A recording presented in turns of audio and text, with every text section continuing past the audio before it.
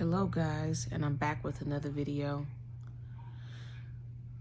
I know it's been a while, but I'm back and I want to talk to you guys about a lot of things. But before we get started, I need y'all to hit the like button. I need y'all to subscribe, and I need y'all to tell a friend to tell a friend.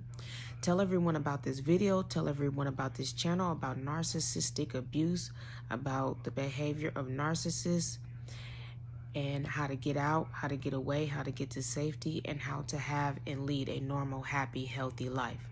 Normal, happy, healthy life, guys. So, the woman that I told y'all about, or the women that I told y'all about in the last video, one of them was terminated from the job, and I am by no means celebrating this. If anything, it should be a lesson for her to learn that you don't bring personal problems to the work environment. And if anything, it's a lesson for me to learn to not allow people into my personal space and stop trusting everybody and being naive and thinking that because someone comes off nice and cool in the beginning does not necessarily mean that they are good and their spirit is right, or that their intentions are pure, or that their heart and mind is together. The other girl, I just decided to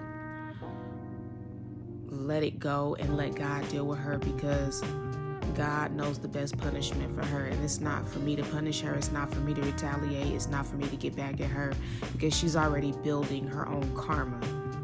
So I'm gonna let God and the universe take care of her and take care of that situation. So I reached out and decided to not pursue my report, because it's just not even really worth pursuing anymore. I mean, more than half of the problem and attention is gone. So what a relief that is, to be able to come to work in peace, do my job, go home, enjoy the people that have no problems with me, and go home. I like to be able to come to work and not be worrying about any negative tension, not worried about no drama, not worried about people giving me, dirty, cold looks, and the gossiping and the laughing and the rumors.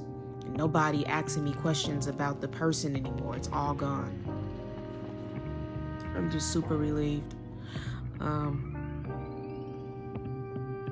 want to get on a topic that I feel as though we all should be talking about on a consistent basis, but people tend to avoid the topic because they don't want to feel like they're bashing the opposite sex, or they don't want to feel like they're going to get heat back for speaking on it, but I'm going to speak on it.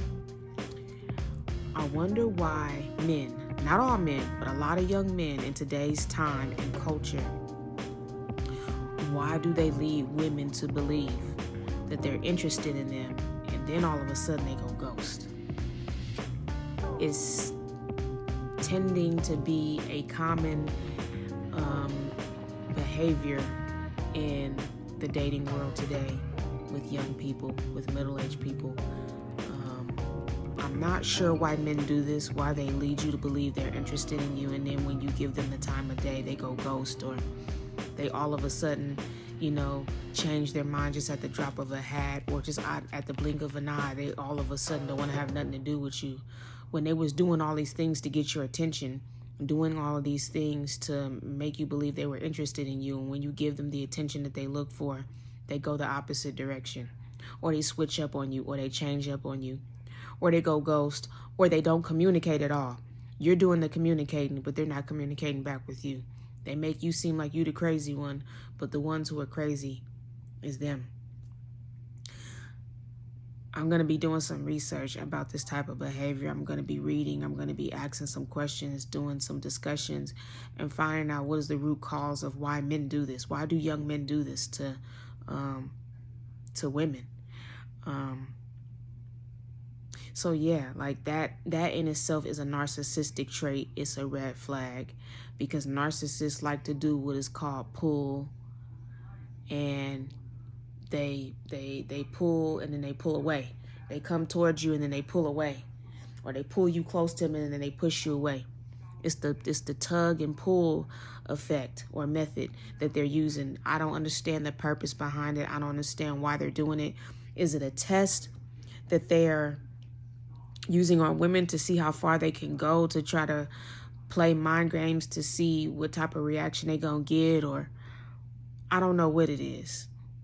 But it's very narcissistic. It's a very toxic trait. It's a red flag. So anytime you young ladies are experiencing this from men, that is a red flag, and you need to go the opposite direction. And as soon as you get any whiff of it, block them. Block them from accessing you ever again. You go the opposite direction and you move on and you let God deal with him.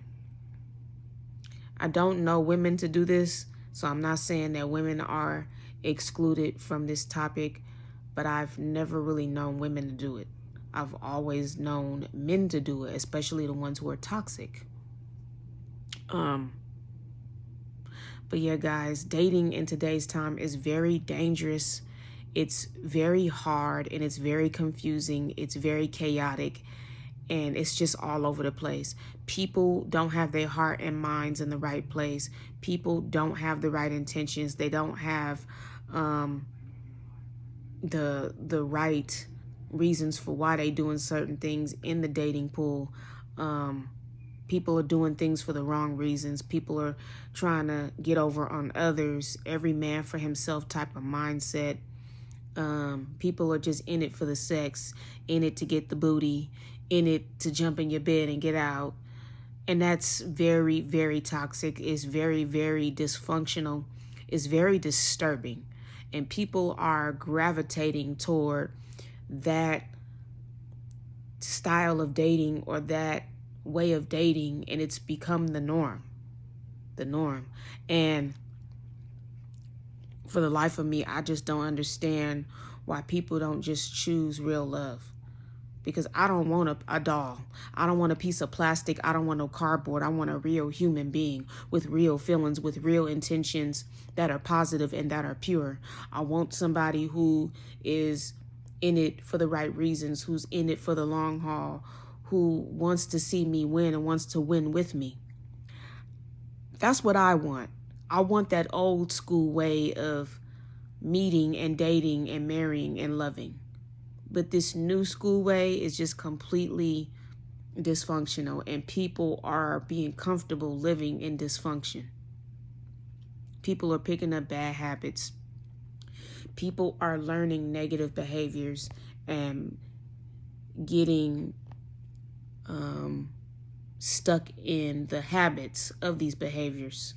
And they think that this is normal. They think this is cute. They think it's cool. They think it's, they think it's okay. They think it's funny. And it's none of these things. If anything, it's disgusting. It's disheartening. It's disruptive. And I can't wrap my mind around it, to be quite honest with you all.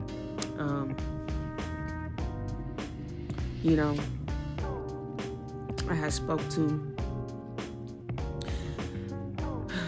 my ex, who's a narcissist, who is still my legal husband. I spoke to him the other day, and I just, told him how I felt, told him where my mind currently is. And I know for those of you who are watching my channel and watching my videos, y'all probably might say, stick to the going no contact method. But the thing about it is, when you have children with a narcissist, it's very, very much impossible to stay going no contact permanently. When you go no contact, you end up breaking no contact because you have to talk to the narcissist, who is the other parent, about something important regarding the children. But what the narcissist has a tendency to do is slip right on back in and try to reel you back in and ask you questions and try to play on your heartstrings. And that's what my narc does. He plays on my heartstrings. He plays mind games. He tries to reel me back in. But he doesn't want to commit to fixing what's wrong with him. He doesn't want to commit to fixing his negative and bad ways, his toxic behavior, his dysfunctional way of living. He doesn't want to correct those things. He's comfortable living in his vomit and waddling in it. And he doesn't want to do all the necessary proper things as a responsible parent. My daughter comes home complaining about certain things that she would like to see, but I had to explain to her, that's all you gonna get, and that's who he is. You know what I'm saying? We can't change him. You gonna get what you see, you gonna see what you get, and it's not gonna change. And this narc has led me to believe for 16 plus years that he was gonna change, and he never did it, guys. Never changed. He played a lot of mind games. He did a lot of future faking. He made a lot of false, empty promises.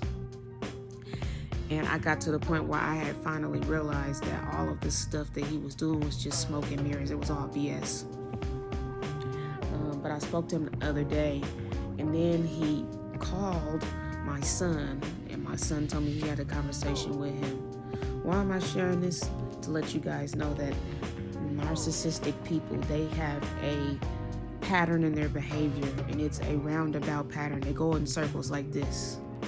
Like this. They go in circles. They go around and around and around like a merry-go-round, or they go like this, like a hamster wheel, and they just keep it going. And as long as you allow them to keep it going, they're going to keep it going.